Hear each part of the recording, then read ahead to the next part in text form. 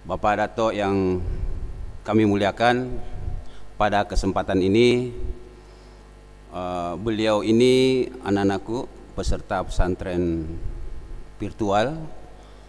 Beliau ini adalah Naib Kanselir Universitas Kebangsaan Malaysia, akan memberikan kita pencerahan pada materi ini. Tentu kita merasa bangga ya, karena Umi mendapatkan kesempatan ya, mendatangkan pemateri atau menghadirkan pemateri dari Malaysia, dan selama ini beliau banyak berkontribusi dengan institusi kita, yaitu Universitas Muslim Indonesia. Beliau ini akan membawakan topik Equity and Manners in International Interaction and Relation, yaitu etika dan tata krama interaksi dan pergaulan internasional. Oleh karena itu, Bapak Dato' Karaeng Zaki Denyoro ya, untuk mempersingkat waktu, dengan hormat saya persilahkan. Terima kasih kepada Bapak Profesor dan semua anak-anak daripada Universiti Muslim Indonesia. A very good morning, and then saya doakan semoga bapa-bapa dan anak-anak daripada Universiti Muslim Indonesia berada dalam lindungan Allah Subhanahu Wa Taala. On the behalf of the Universities Kebangsaan Malaysia, I would like to thanks to Universiti Muslim Indonesia for inviting me for this very important interaction between those new students from the UMI. Bagi pihak saya di Universiti Kebangsaan Malaysia, kita ucapkan berbanyak terima kasih kepada pihak Urustia kerana memberikan peluang kepada saya bersama-sama dengan para pelajar baharu daripada Universiti UMI untuk sama-sama kita berbincang, berdiskusi berkaitan dengan etika dan tata krama interaksi dan pergaulan internasional, atau dalam bahasa Inggerisnya the Ethics and Manners in International Interactions and Relations. Saya mulakan dahulu bicara saya, bapa-bapa profesor dan juga adik-adik anak-anak yang saya hormati sekalian, dengan satu ungkapan yang penting, di mana kita sentiasa berbicara dalam konteks interaksi nasional dan internasional. Dan insya-Allah selalunya bagi setengah, bukan setengah, bagi kebanyakan masyarakat dan negara, persahabatan itu dijalin melalui interaksi, dan kata kunci di sini adalah kemahiran berkomunikasi dan etika interaksi antarabangsa, ataupun di dalam bahasa Inggerisnya di international communication skill and the ethic of the international communications. Justru itu, apakah itu etika dan kemahiran komunikasi antarabangsa? Seperti mana kita di Malaysia dan juga di Indonesia, kita saling berkongsi ataupun sharing, terutamanya dari segi perbahasan bahasa, dari segi pergaulan, dan dari segi pelbagai perkongsian lain, termasuklah dari segi budaya dan sebagainya. Jadi dalam konteks ini, etika dan kemahiran komunikasi sebenarnya bermula dengan proses kesedaran tentang perbezaan budaya. Proses ini melibatkan kita sendiri memahami diri sendiri dan orang lain, termasuklah rakan-rakan, adik-adik sendiri, anak-anak sendiri, dan juga dengan rakan-rakan komuniti setempat. Ia juga meliputi nilai etika asas dalam membina kesedaran tentang keunikan dalam masyarakat yang terhasil daripada perbezaan ideologi, fahaman agama dan amalan seharian. Anak-anak, para pelajar, para dosen, para profesor yang saya hormati sekalian, dalam interaksi internasional, kita mempunyai beberapa etika yang penting untuk kita fahami. Allah jadikan manusia ini berbeza-beza dari segi agama, dari segi budaya, bukan untuk kita berbalah, tetapi untuk kita saling kenal mengenali, saling kasih mengasihani dan memahami perbezaan itu, agar nanti proses perbezaan budaya ini akan melahirkan satu titik persamaan di antara di antara perbezaan budaya dan bangsa ini. Dalam konteks yang biasa, bahasa membawa makna dan nilai bagi sesebuah masyarakat.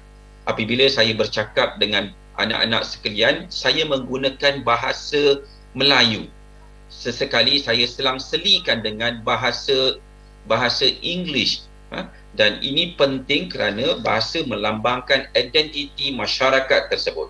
So justru langkah pertama untuk kita mendekati dan memahami sesebuah komuniti adalah dengan kita memahami bahasa mereka. Kita akur bahawa bahasa Malaysia misalnya dengan bahasa Indonesia tidak banyak bezanya. Pelbagai prakarsa yang kita gunakan, pelbagai frasa yang kita amalkan mempunyai makna yang hampir sama. Saya yakin apa yang saya gunakan sekarang ini dalam komunikasi mudah difahami oleh anak-anak ataupun para pelajar daripada Universiti Muslim Indonesia. Dengan kata lain, komunikasi bukan sekadar pengetahuan asas bahasa, tetapi dia juga merangkumi aspek budaya, peraturan serta pantang larang masyarakat yang memiliki bahasa tersebut. Bayangkan ada beberapa tata bahasa ataupun frasa yang mungkin berbeza maknanya dengan antara Malaysia dan Indonesia misalnya. Kalau di sini, kalau bapa di Indonesia kita katakan bila itu bermakna kapan. Kapan itu bermaksud bila. Tetapi di Malaysia, kapan ini bermaksud kain kapan. Kain orang yang dah meninggal itu. Jadi dia mempunyai makna yang berbeza. Tetapi itulah dia sebenarnya seni ataupun kita kata cantiknya perbezaan bahasa itu, ya. Saya ingin nyatakan juga bagaimana sebenarnya kami di Universiti Kebangsaan Malaysia menggunakan elemen bahasa ini dalam komunikasi antarabangsa.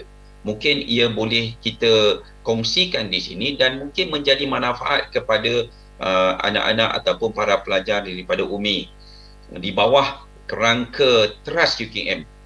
Untuk pengetahuan bapa profesor dan juga anak-anak di Universiti Muslim, kami menggunakan elemen trust bagi tujuan mewujudkan apa yang dimaksudkan sebagai prakarsa perpaduan. Antara banyak prakarsa-prakarsa ini, ada satu yang kami letakkan di situ, iaitu prihatin di bawah prakarsa perpaduan. Ia merujuk kepada keamanan sosial yang kita boleh kaitkan dengan kepelbagaian etnik yang memerlukan pelbagai inisiatif bagi menangani jurang sosial. Dan dalam konteks ini, kami di UKM akan terus memperkasakan usaha kesepaduan komuniti berbagai etnik melalui pelbagai pendekatan. Mungkin kita boleh belajar daripada Indonesia yang mempunyai beribu-ribu etnik. Walaupun di Malaysia ini kita mempunyai 3 bangsa yang besar, tetapi kita tidaklah mempunyai etnik seramai di Indonesia. Tetapi aspek perpaduan itu merangkumi satu aspek yang penting dalam kita meneruskan pengurusan sebuah universiti yang kita panggil sebagai sebuah universiti watan. Hampir 1,400 pelajar yang berada di UKM pada waktu ini yang terdiri daripada pelajar-pelajar antarabangsa. Cukup ramai dan kita jangkakan ada hampir sekurang-kurangnya 7,000 lagi pelajar yang kita akan akan mengikuti program di UKM ini bagi tempoh 3 tahun akan datang. Justru kita perlu mempunyai etika dan kemahiran berkomunikasi, silang budaya yang amat kita perlukan bagi semua warga kampus. Tidak sahaja kita terapkan elemen berkomunikasi secara berkesan ini dalam kalangan dosen, tetapi juga kita terapkan elemen komunikasi berkesan ini dalam kalangan kaki tangan pelaksana dan juga para pelajar kita.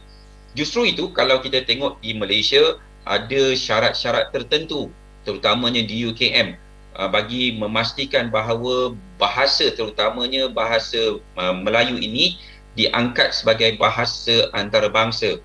Dan kalau sesiapa yang pernah menjalani pengajian di UKM, modul bahasa Melayu adalah antara modul yang kita terapkan bagi semua para pelajar kita yang mengikuti program pengajian di S1, S2 dan S3 di Universiti Kebangsaan Malaysia. Dan untuk kita melaksanakan modul ini, kita memerlukan model kecekapan komunikasi antara budaya, atau kita maksudkan di sini sebagai Intercultural Communication Competence Model. Dan ini adalah kaedah untuk kita melihat bagaimana tiga perkara ini penting dalam pembudayaan komunikasi antarabangsa. Satu, kalau saya boleh kongsikan di sini, ialah mempertimbangkan tingkah laku komunikasi manusia yang berbeza. Yang kedua, mengambil kira perkara yang boleh mempengaruhi jenis tingkah laku. Dan yang ketiga, membantu menganalisis perbezaan antara corak percakapan masyarakat dan budaya. Dalam konteks ini, etika dan kemahiran komunikasi antarabangsa dalam dunia digital adalah antara yang paling utama yang diamalkan oleh masyarakat, terutamanya dalam kalangan para akademik. Saya sekarang ini berkomunikasi dengan bapa-bapa profesor dan juga para pelajar UMI secara dunia digital, dan kita juga mempunyai tata cara dan etika yang perlu kita ikuti. Saya tidak boleh bercakap secara sebarangan kerana dalam kalangan 487 participants yang mendengar ucapan dan syarahan saya ini, kita juga boleh diikuti dan dihayati oleh rakan-rakan yang secara maya mengikuti melalui Facebook, online, YouTube dan sebagainya. Jadi tidak kira apa pun komunikasi yang kita laksanakan, dunia digital ini sebenarnya membantu proses komunikasi merentas sempadan dengan lebih mudah, cepat dan berkesan. Saya tidak mungkin untuk berbicara dengan bapa-bapa dosen dan bapa profesor di UMI sekiranya kita tidak ada kemudahan dunia digital ini. Justru itu di UKM, di universiti saya, kami sentiasa mengaplikasikan semangat dunia digital ini dalam mana-mana program. Dan ini antara beberapa kaedah bagaimana kami warga UKM berhubung dengan organisasi di luar negara. Dan lazimnya dalam konteks ini di UKM, aspek kelestarian digital adalah antara aspek utama yang kami tekankan selain daripada prakarsa perpaduan yang saya nyatakan. Dan di bawah elemen trust ini, kelestarian digital menggabungkan keseluruhan persekitaran kehidupan kita dengan kemahiran teknologi seperti teknologi maklumat dan komunikasi. Ada beberapa contoh yang mungkin saya boleh kongsikan di sini bagaimana jaringan sosial dan kerjasama dalam kalangan masyarakat dapat kita pertingkatkan dan menjadi lebih mudah melalui banyak interaksi secara inovasi teknologi komunikasi ini. Dan apabila kita berkomunikasi dalam talian, apa yang penting di sini bukan saja penyampaian maklumat, tetapi juga adab dan juga etika serta sentiasa saling menghormati. Bila saya berbicara dengan anak-anak ataupun para pelajar di UMI, cara saya berkomunikasi, cara saya bercakap itu sangat mungkin berbeza dengan saya bercakap dengan rakan-rakan saya. Right? Kita mempunyai adab dan adat yang perlu kita patuhi. Dan apabila saya bercakap ini, bila saya berhubung dengan para pelajar di UMI, kita sebenarnya berada di sebuah, kita panggil perkampungan global ataupun global village yang tidak bersempadan. Sesiapa sahaja boleh mengakses maklumat berkaitan dengan komunikasi di antara saya dengan para pelajar di UMI ini. Perkembangan teknologi ICT telah merobohkan sempadan di antara dunia fizikal dan digital, sekaligus merubah proses komunikasi seharian kita. Over the last 10 years, if you remember that not many people can communicate online due to the many constraints, for example, the internet communication breakdowns, lack of the roaming, so on and so forth.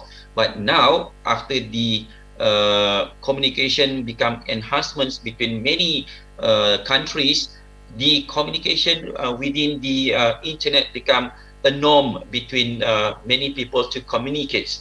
And I am very sure this phenomenon will be continue between both countries, Malaysia and Indonesia. And what was happening in the global village is the terminologies of the global village itself, which is under the same roof, that we have to communicate under the same systems. And this is what the international communication system is all about when we're talking about the international global village. Justru itu, kalau saya ingin nyatakan dengan lebih lanjut di sini, ada beberapa adab berkomunikasi dalam global village ini. Mungkin para pelajar masih baru dalam istilah yang saya gunakan ini berkaitan dengan global village, tapi yang lebih mudah ialah bagaimana kita menggunakan komunikasi sesama manusia ini, menggunakan platform yang ada, terutamanya platform internet, untuk kita berhubung. Dan of course, ada beberapa peraturan ataupun adab dalam kita berkomunikasi di dunia cyber ini. Dalam kalangan anak-anak ataupun para pelajar, terutamanya di bawah generasi Z ini, elemen komunikasi digital di bawah dunia cyber bukanlah sesuatu yang baru bagi mereka.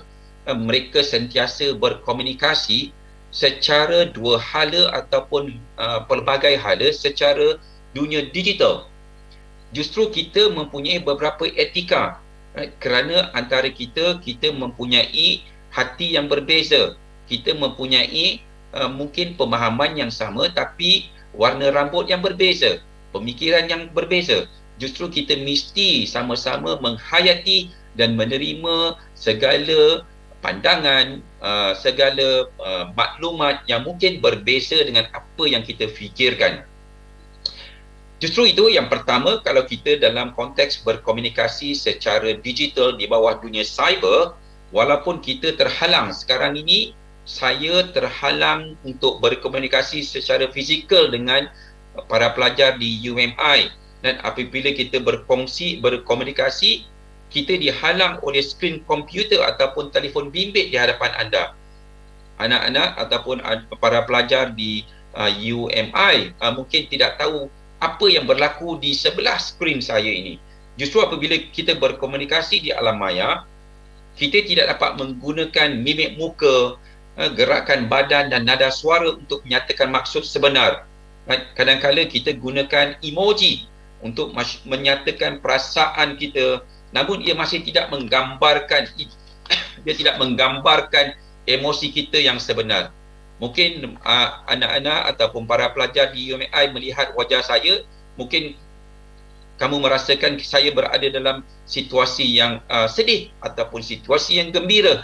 Mungkin itu pada tanggapan, tapi sebenarnya kita tidak dapat menyerlahkan. We cannot appear what is happening inside deep of our heart. Jadi dalam konteks ini yang paling penting ialah untuk kita saling memahami. Saya perlukan bahasa yang mudah difahami oleh para pelajar di UMI.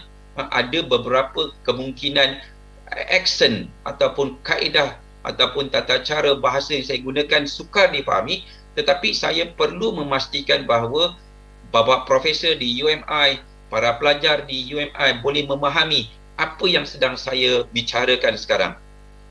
Yang kedua, kita mempunyai sopan dan menghormati undang-undang. Sama seperti kita ikuti kehidupan dalam dunia sebenar. Ramai di antara kita yang menjalani hidup dengan mengikut undang-undang ataupun kita mengikut peraturan. Namun apabila kita berinteraksi di media sosial, kita seakan-akan lupa kepada perkara ini. Sentiasa ingat bahawa di sebalik tabir skrin komputer anda, ada manusia lain yang memerhatikan kita.